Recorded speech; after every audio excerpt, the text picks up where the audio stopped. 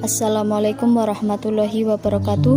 Saya Adisti Dwi Pramudita, semester 1 Sekolah Tinggi Agama Islam Tanbihul Hafilin, Prodi Ekonomi Syariah. Di sini saya akan menjelaskan tentang teologi Khawarij. Secara etimologi, Khawarij berasal dari bahasa Arab, yaitu khoroja, yang berarti keluar, timbul, muncul, atau memberontak. Sedangkan secara terminologi, Khawarij ialah suatu aliran atau kelompok pengikut Ali bin Abi Thalib yang keluar atau meninggalkan barisan. Mereka mempunyai alasan mengapa mereka keluar dari barisan, sebab mereka tidak setuju dengan keputusan Ali yang menyetujui dan menerima tahkim dalam perang Siffin pada tahun 37 Hijriah sampai 348 Masehi. Awalnya kelompok Khawarij memandang Ali bersama pengikutnya berada di jalan yang benar, karena Ali adalah khalifah yang sah karena telah dibaiat mayoritas umat Islam. Sedangkan Muawiyah bersama pengikutnya berada di jalan yang salah karena telah memberontak khalifah yang sah. Namun karena Ali menerima tipu daya licik yang berupa ajakan damai Muawiyah, kemenangan yang hampir diraih itu menjadi raib. Ali sebenarnya sudah mencium kelicikan di balik ajakan perdamaian itu, sehingga ia bermaksud menolak ajakan itu.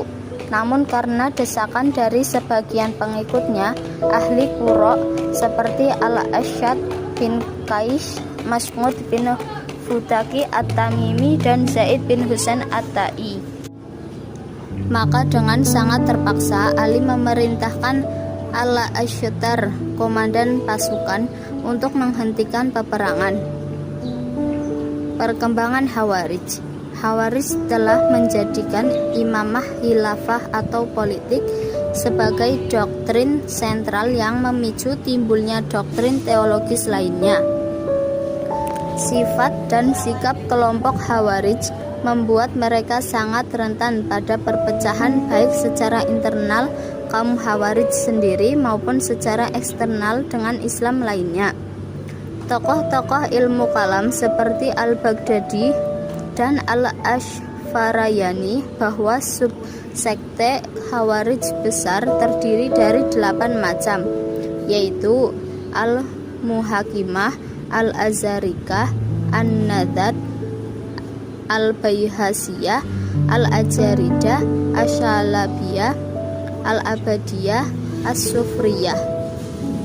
Semua subsekte ini membicarakan persoalan hukum bagi orang yang berbuat dosa. Apakah dia masih dianggap mukmin atau menjadi kafir? Tindakan Khawarij ini membuat risau hati umat Islam pada saat itu, sebab dengan sebutan kafir yang diberikan salah satu subsekte, jiwa seseorang harus melayang. Meskipun oleh subsekte lain ia masih dianggap mukmin. Bahkan disebutkan seorang Majusi dan Yahudi lebih berharga dibandingkan jiwa seorang mukmin. Berkenaan dengan ini, Tion mengidentifikasi beberapa aliran yang dikategorikan sebagai aliran Khawarij, yaitu mudah mengkafirkan orang yang tidak segolongan meskipun orang tersebut adalah penganut agama Islam.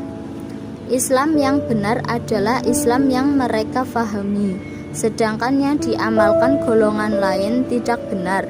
Orang Islam yang tersesat dan menjadi kafir perlu dibawa kembali ke Islam yang sebenarnya, yaitu Islam yang mereka fahami dan amalkan. Mereka bersifat fanatik dalam faham dan tidak segan-segan menggunakan kekerasan dan membunuh demi mencapai tujuan mereka.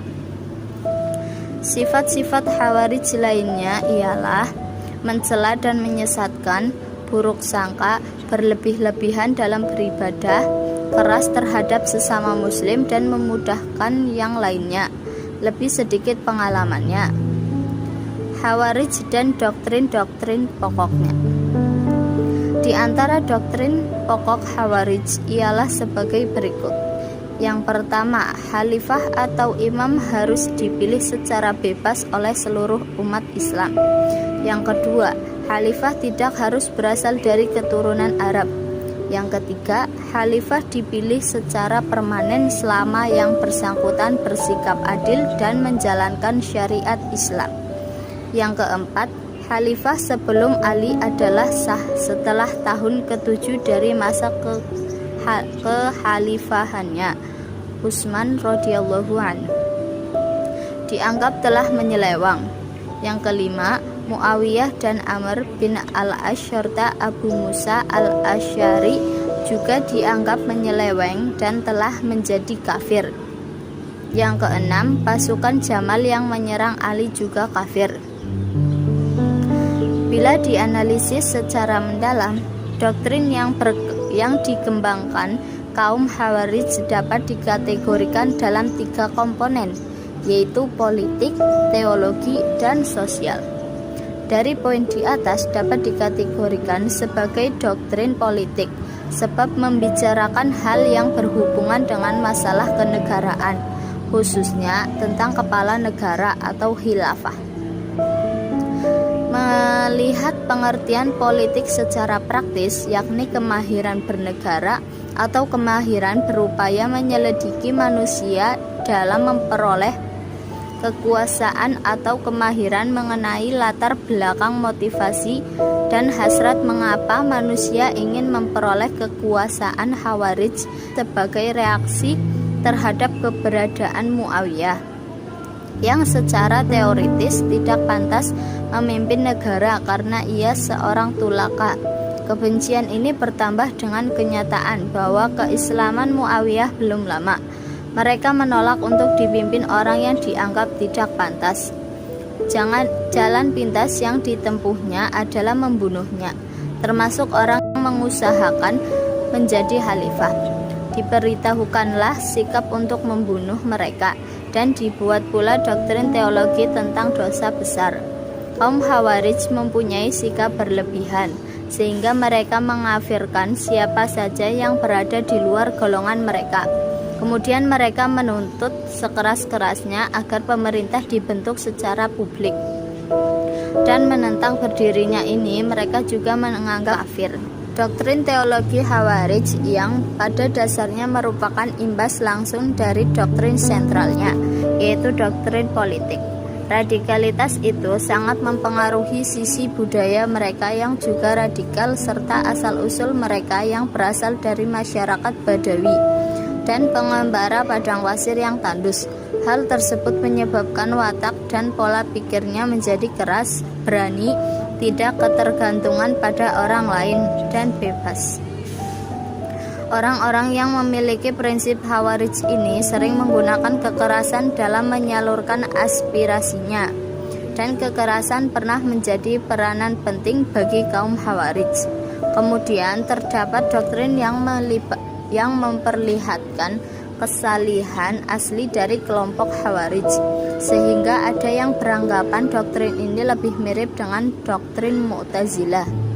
Meskipun kebenaran dari keberadaan doktrin ini dalam wacana Khawarij patut dikaji lebih mendalam, dapat disimpulkan bahwa orang-orang yang dalam pengajaran agamanya sama seperti yang dilakukan kelompok Khawarij, cenderung berwatak tekstualis atau skripturalis, sehingga menjadi fundamentalias.